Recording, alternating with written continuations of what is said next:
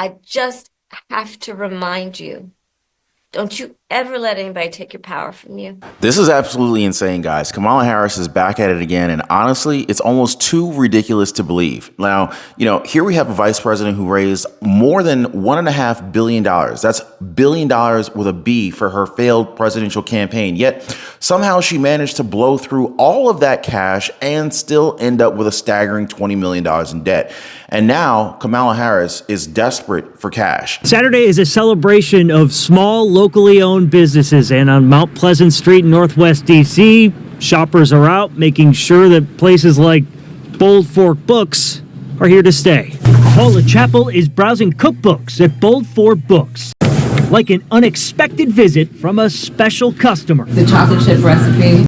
So what comes next for the vice president who blew through nearly $2 billion of donor money? Vice President Kamala Harris stopped by to meet the staff and purchase some books. It's just so fun to talk to someone who really loves cooking. And What's next for you?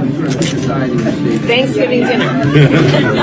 Yeah, exactly. Shamelessly begging Democratic donors for even more money just weeks after her massive election loss against former President Donald Trump, now President-elect Donald Trump, and the MAGA squad is laughing at her. A top Democratic mega donor is singing the praises of Barron Trump for pushing his dad to get on the popular podcasts like Joe Rogan, while Harris staffers were busy trying to stop her from going on, and they were crying racism. Did the Kamala campaign get outsmarted by a teenager?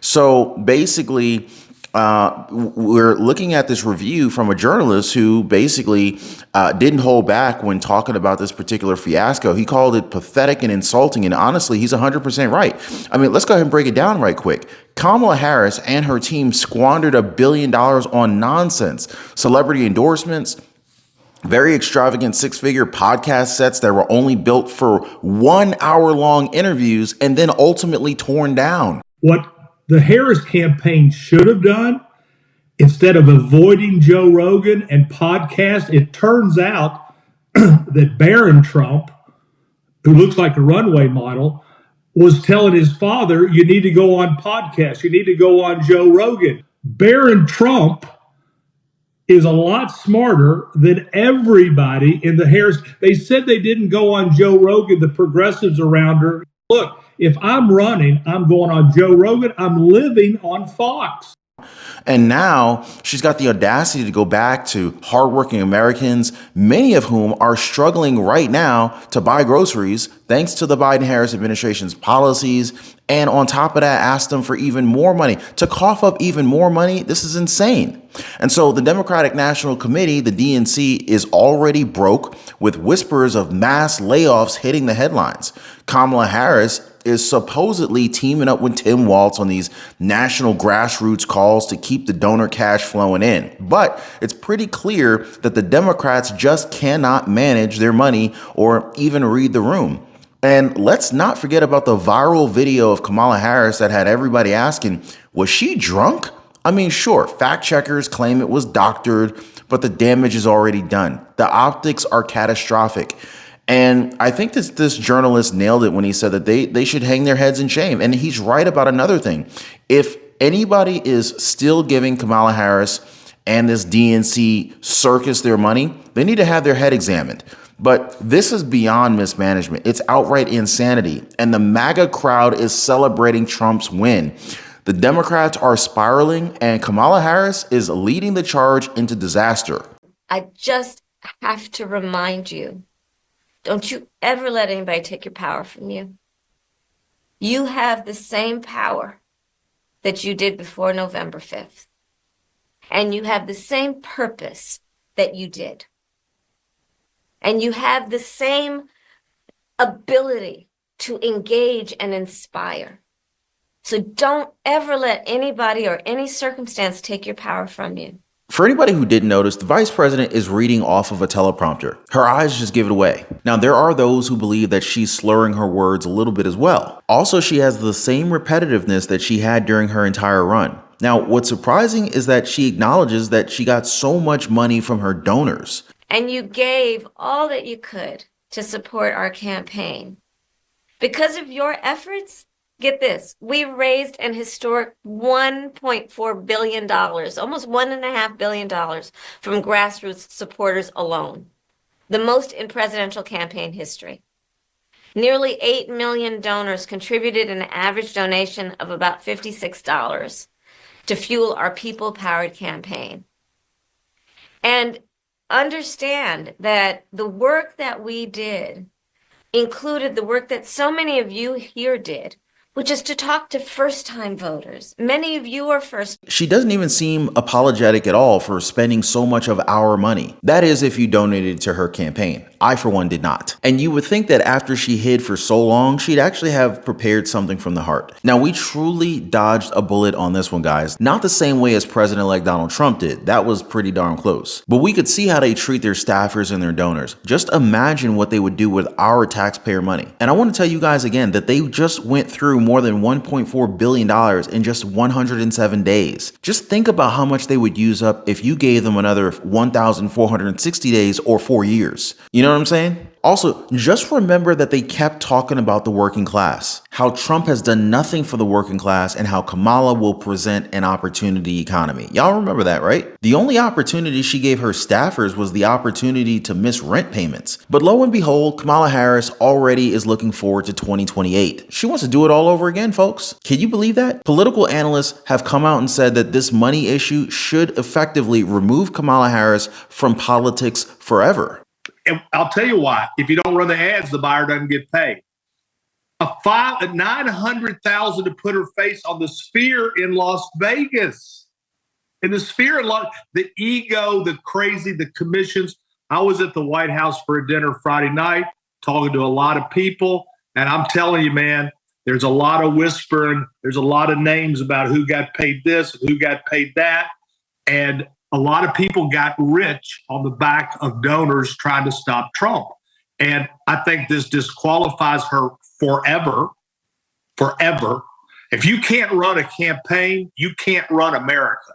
And that would be the argument just day one. Could this be the end of Kamala Harris's career in politics, or will Democratic elites place her in a different position? As of now, it's either her or Gavin Newsom in 2028. Do any of you guys think that they would do a good job against JD Vance? All of these factors showed the entire country that she wasn't authentic. And this may have been the reason why she kept making the rules for her possible interview with Joe Rogan. But her campaign advisor, Stephanie Cutter, she had a completely different explanation as to why it didn't happen. We wanted to do it. I hate to repeat this over and over, but it was a very short race with a limited number of days. And for a candidate to leave the battleground to go to Houston, which is a day off the playing field in the battleground, getting that timing right is really important. We had discussions with Joe Rogan's team. They were great. They wanted us to come on. We wanted to come on. We tried to get a date to make it work, and ultimately we just weren't able to find a date. We did go to Houston, and she gave a great speech at an amazing event. The Beyonce event? I'm going to call it Reproductive Freedom. And we were hoping to be able to fit it in around that, and ultimately weren't able to do it. As it turns out, that was the day that Trump was taping his Joe Rogan, which they had never confirmed to us. We kind of figured that out in the lead up to it. She was ready, willing to go on Joe Rogan. Would it have changed anything? It would have broken through, not because of the conversation with Joe Rogan, but because the fact that she was doing it.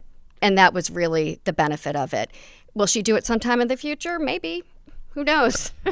But it didn't ultimately impact the outcome one way or the other. Now, you gotta love how smug these people can be, right? Trump's Rogan podcast generated more than 50 million views. To say that her coming on wouldn't have changed the thing is downplaying that fact. And to argue that timing was an issue is kind of offensive. Trump was doing multiple rallies and interviews per day. He was going nonstop this entire race. But according to these people, it wasn't their fault that it didn't work with Joe Rogan, which kind of sums up the far left demographic for the Democratic Party. If something goes wrong, it's not our fault. That's the idea. And I think that the leaders of the Harris-Walz campaign embodied this well into this podcast. I would say, I mean, look, I am not media hater by any measure. And I think that, you know, we women don't get far in life talking about double standards. So that's not the point. But I do think a narrative 107 days, 2 weeks fucked up because of a hurricane, 2 weeks talking about how she didn't do interviews, which, she was doing plenty, but we were doing in our own way. We had to, be the nominee, had to find a running mate and do a rollout. I mean, there was all these things that you kind of want to factor in, but real people heard in some way that we were not going to have interviews, which was both not true and also so counter to any kind of standard that was put on Trump that I think that was a problem. And then on top of that, we would do an interview, and to Stephanie's point, the questions were small and processy and about dumb. They Just were dumb. they were not informing a voter who was trying to listen to learn more or to understand. It's always everyone else that's the problem, not Kamala Harris gaslighting the American people or Tim Walz running and kicking on stage. It wasn't the lack of policy or how they would solve the issues that we have. It's us that's the problem. But she's still the VP though, right? She still has some time in place for the solutions that she promised on the trail, but she's not going to do that, and it might be better that she doesn't. Although what's being done might not be better. It's now come to our attention that the current administration may be fast-tracking World War III. Now, I covered this in a previous video, guys, where President Joe Biden gave Ukraine the permission to use long-range missiles against Russia. Does it look bad for the vice president to go to Hawaii while DNC staffers are just wondering what they're going to do for work? The vice president has taken time off to go spend time with her family. I don't think there's anything wrong with that. I think she deserves some time to be with her family and to have some downtime. She has worked very hard over the last 4 years, and her taking a couple of days to be with her family, good for her. Good for her. Thanks, everybody. Kamala Harris is back from her Hawaiian post-election exile, trying to explain to donors how she burned through $1.5 billion and still got steamrolled by Donald Trump. The light of America's promise will burn bright as long as we never give up and we keep fighting. Look, this mission that we have, it takes hard work. But as you've heard me say many times, we like hard work. Hard work is good work. Hard work can be joyful work. And in doing our work, we will remain committed and intentional about building community.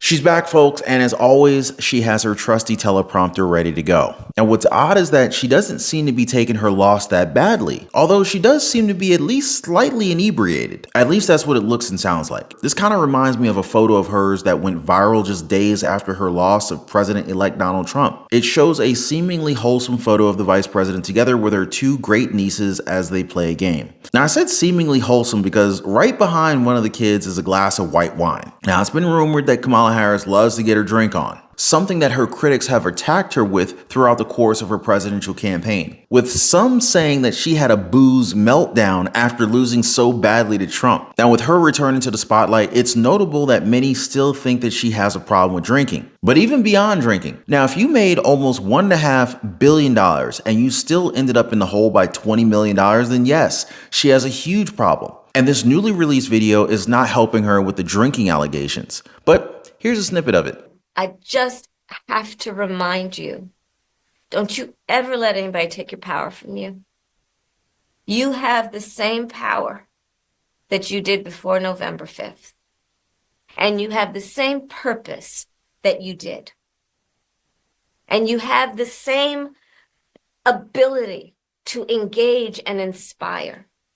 So don't ever let anybody or any circumstance take your power from you. For anybody who didn't notice, the vice president is reading off of a teleprompter. Her eyes just give it away. Now, there are those who believe that she's slurring her words a little bit as well. Also, she has the same repetitiveness that she had during her entire run. Now, what's surprising is that she acknowledges that she got so much money from her donors. And you gave all that you could to support our campaign. Because of your efforts, get this, we raised an historic $1.4 billion, almost $1.5 billion from grassroots supporters alone, the most in presidential campaign history. Nearly 8 million donors contributed an average donation of about $56 to fuel our people-powered campaign. And understand that the work that we did included the work that so many of you here did, which is to talk to first-time voters. Many of you are first. She doesn't even seem apologetic at all for spending so much of our money. That is, if you donated to her campaign. I, for one, did not. And you would think that after she hid for so long, she'd actually have prepared something from the heart. I spoke with Lindy Lee. She's on the DNC Finance Committee. She's based here in Philadelphia. She's raised millions for Biden and for Harris. She says, look, this wasn't just a loss. This was a shellacking. The DNC is in serious chaos right now. Expect some departures. She said some staffers on the Harris campaign that she's spoken to haven't been paid. She called this whole thing a $1 billion boondoggle. And these celebrity endorsements that they paid for did nothing to move the needle. Take a listen. What is going on in leadership in the DNC right now? Is it in turmoil? Are people leaving? It's absolutely in turmoil. People are stepping down. Democratic National Committee struggling to regroup in the wake of overwhelming election losses. The party laying off long-term permanent staffers now with just 1 day's notice and no severance pay. A statement from the DNC staff union called the move a result of callous and short-sighted mismanagement by senior leadership, noting that the party would not acknowledge the extent of the layoffs or plans for future cuts. The scathing reaction from the staff union comes as Democrats search for a new leader. Money problems within the DNC. Does that stand for Democrats with no cash? All joking aside, who would have thought that this would happen, right, guys?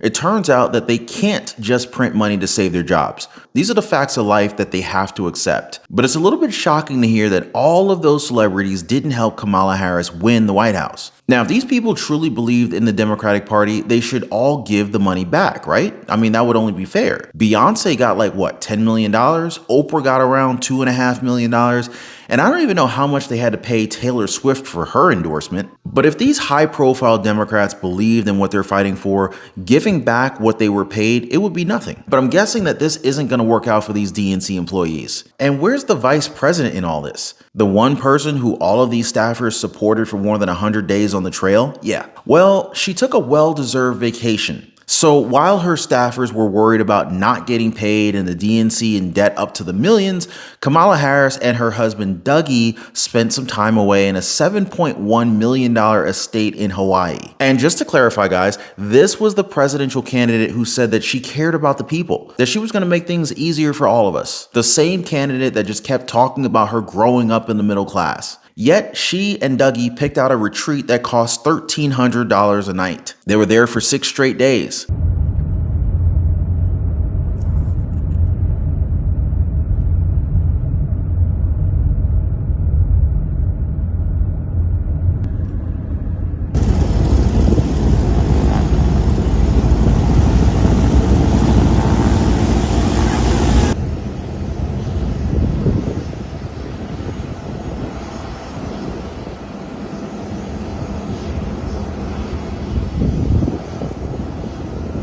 Now, I'm not really sure how they maintain their lawns there, but it's said to be an exclusive neighborhood. The DNC is flat broke, and instead of helping out staffers, she continues to spend more money. And who's going to explain this to the DNC and their donors? Now, it would be logical if the vice president talked about the money that they spent.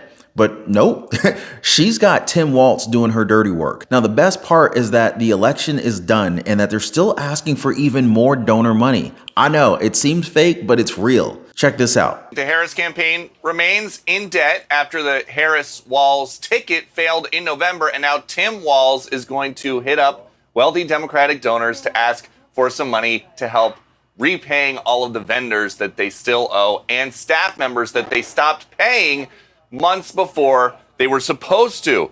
We don't know yet, because we haven't seen excerpts, whether or not he plans to take accountability for what happened in November or if he plans to share his own roadmap for the next few years. And as Tim Walz addresses the party's elite, rank and file DNC staff are going grassroots with a GoFundMe after saying they were blindsided by being fired suddenly with no severance. They're about $16,000 towards a $25,000 goal. The organizer of this DNC union GoFundMe says, we are heartbroken to see our colleagues who dedicated countless hours to electing Democrats up and down the ballot depart under these circumstances, and we are furious with DNC leadership for failing to provide severance to those affected. Given the fact that the Democrats had an epic loss in the race for that building behind you, the DNC union people didn't see layoffs coming where they were going to get 1 day's notice?